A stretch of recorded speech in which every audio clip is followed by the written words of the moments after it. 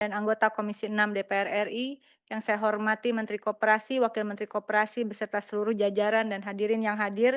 Terima kasih, ini menjadi momen yang penting Bapak, menindaklanjuti apa yang telah dipaparkan pada tanggal 26 Mei 2025 dalam RDP kita terakhir kemarin, begitu. Dan, eee saya catat tadi beberapa poin yang cukup penting, bahwa jumlah desa kelurahan itu 83.762, jumlah desa kelurahan yang sudah membentuk KDMP melalui Musdesus 80.560, jumlah KDMP berbadan hukum 77.086 atau setara 95,69%. Untuk pencapaian ini saya ucapkan selamat, tapi apa saya harus bilang wow gitu? Ini bukan menurut saya sepakat dengan teman-teman yang lain. Ini baru, permukaan dan sangat teknis. Ini belum masuk ke dalam, substansi begitu. Saya berpegang pada tetap Asta Cita nomor 6 bahwa membangun dari desa dan dari bawah untuk pemerataan ekonomi dan pemberantasan kemiskinan. Dan instrumennya seperti yang dikatakan oleh Presiden adalah melalui, koperasi.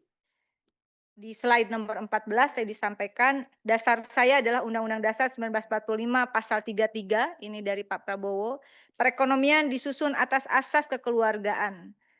Dan saya sangat mendukung segala upaya menggerakkan koperasi di Indonesia karena koperasi adalah sarana untuk membantu rakyat dan saudara-saudara kita yang masih lemah ekonominya. Eh, di dalam keputusan rapat dengar pendapat 26 Mei 2025 pukul 14.36 waktu Indonesia bagian barat, kami telah menyampaikan catatan-catatan dan beberapa pertanyaan yang harusnya, dijawab 7 hari, setelah tanggal 26 begitu. Tetapi sejauh ini saya tidak menerima, jawaban yang komprehensif begitu. Terbukti dengan, roadmap yang ada, yang disampaikan di saya sepakat dengan teman-teman yang lain. Ini belum roadmap ya. Jadi kalau saya menyampaikan beberapa catatan ini, eee, semata-mata karena sama dengan teman-teman Komisi 6 lainnya, kami ingin ini berhasil. Karena kami meyakini bahwa koperasi adalah instrumen untuk terselenggaranya demokrasi ekonomi Pancasila, begitu. Dan, saya cukup membaca seperti biasa begitu, Pak. Saya akan melanjutkan sedikit izin pimpinan apa yang disampaikan di dalam roadmap pembangunan pertama Indonesia yang disebut dengan Pola Pembangunan Nasional Semesta Berencana, yang totalnya terdiri dari 4.647 halaman, 17 jilid, 8 buku, 1.945 paragraf. Dan di dalamnya tersebar gagasan koperasi. Gagasan koperasi yang ada, saya menengarai tentu saja berasal dari perspektif yang, dibangun dan, disampaikan oleh para pendiri bangsa kita. Ada Bung Hatta, tetapi juga ada Pak Margono Joyo Hadikusumo. Dan ini membuat saya berpikir bahwa, cita-cita Presiden Prabowo tentulah sebetulnya ingin apa yang telah digoreskan oleh kakeknya Pak Margono Jaya Hadikusumo bersama Bung Hatta sebagai bapak koperasi, itu kali ini di dalam masa pemerintahannya bisa berjalan secara efektif, efisien begitu.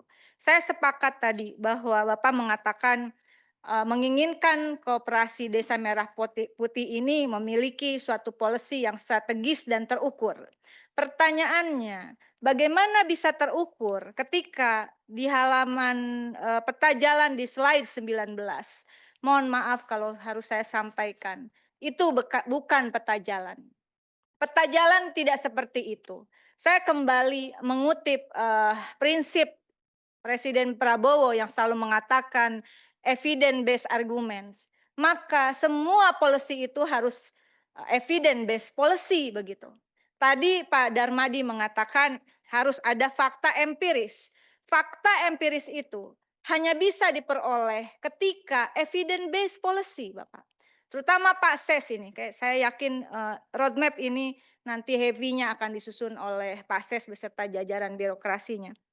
Nah, saya mengusulkan bahwa blueprint, mari kami sangat terbuka, kami sangat desire atau berhasrat untuk terlibat di dalam perumusan blueprint roadmap pembangunan, koperasi ini, begitu. Oleh karena itu saya mengusulkan bahwa blueprint, yang disusun oleh Kementerian Koperasi setidaknya kita kita susun berdasarkan tripola. Pola project, riset-nya seperti apa, dan akan ada mock up 104, percontohan. Itu adalah riset bagi kita, boleh dikatakan seperti itu. Lalu kemudian pola kedua adalah pola penjelasan. Dari hasil 104 mock up di 38 provinsi ini, maka akan ditemukan evidence-nya seperti apa, lalu susunlah rincian perencanaannya. Itu pola perencanaan. Lalu baru pola anggaran, Pak. Dari situ kita baru bisa menyusun suatu roadmap yang terencana, terukur, terintegrasi, dan tepat sasaran. Dengan tidak melupakan syarat pentingnya adanya basis data yang akurat, aktual, dan relevan. Pada kesempatan ini saya secara pribadi mengucapkan terima kasih telah diberi ruang untuk melakukan riset kolaborasi bersama pemerintah Kabupaten Badung, pemerintah Desa Bongkasa Pertiwi, dan juga dengan IPB University untuk bagaimana kita mengusulkan adanya koperasi Desa Merah Putih berbasis data presisi. Dan harus saya sampaikan, ini dana pribadi, tidak ada barangkali nanti teman-teman yang lain, ini dana pribadi yang saya kira kewajiban kita. Sebisa mungkin saya akan melakukan semacam ya penyusunan roadmap yang terarah, terukur, tepat sasaran. Nah, kemudian bahwa menjadi penting tadi Bapak, kalau dilihat saya sepakat meminta tambah anggaran 5,1 triliun di tahun 2000 untuk 2025 ini. Lalu kemudian dengan roadmap-nya, makanya Pak Ses, buat roadmap itu nggak bisa seperti ini. Jangan dipikir anggota DPR ini nggak baca. Karena roadmap itu akan berpengaruh terhadap politik anggaran yang harus kita sepakati.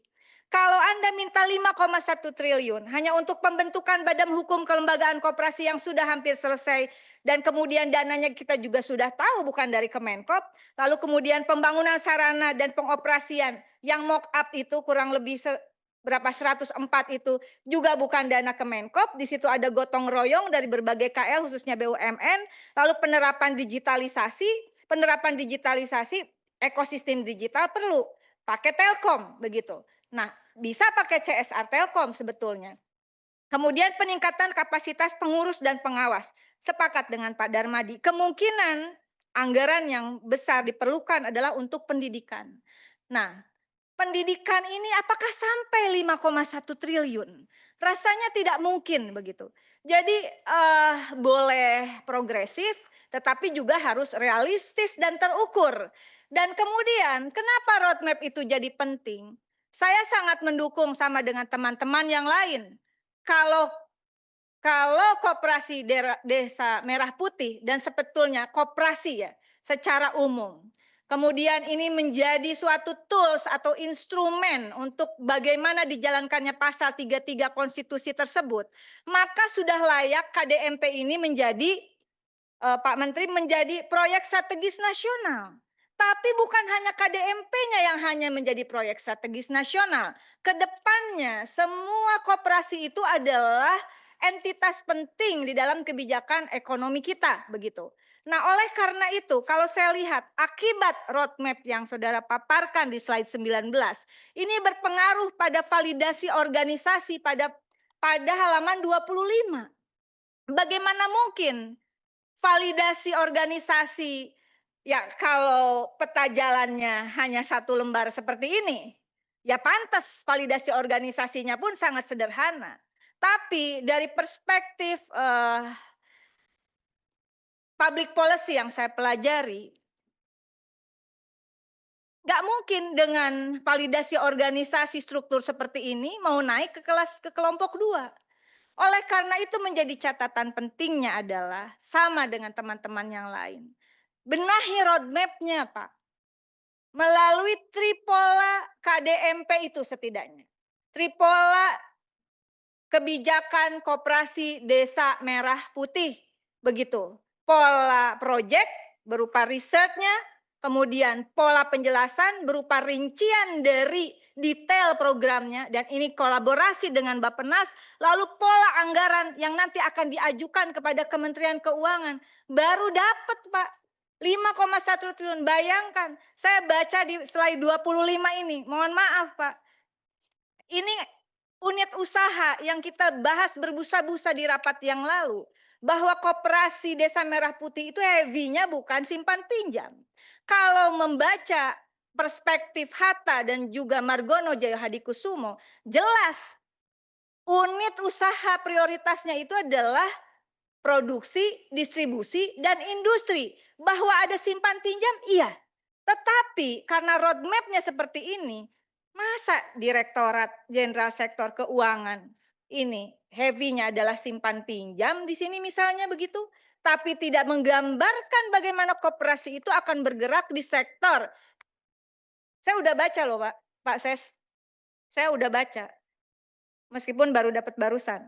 Pemetaan potensi usaha, produksi. Pemetaan ini, Pak, data dan ekosistem digital dan data itu harus jadi satu. Karena tidak mungkin itu dipisahkan.